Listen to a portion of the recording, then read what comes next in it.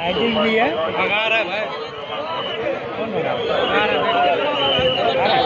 गणपति के लिए रास्ता मांग रहे हैं।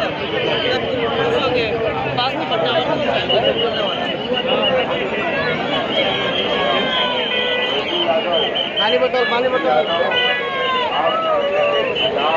कार्यकर्ते योग्य ती जागेतून पास करून घ्यायचे।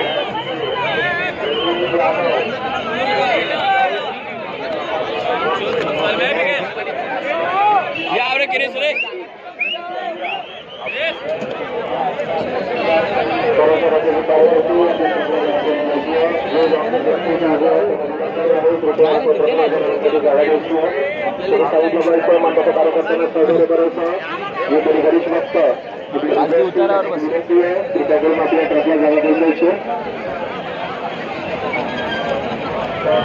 गणेश भक्त इथे उपस्थित आहे, त्यांना समय विनंती आहे, सगळ्यांची काळजी घ्यायची आहे। आपल्याला कोणत्याही प्रकारची जी काही निर्णय दक्षता घ्यायची आहे, कोणत्याही प्रकारची सत्तापुरती गडबड गोंधळ इथे करायचा नाहीये।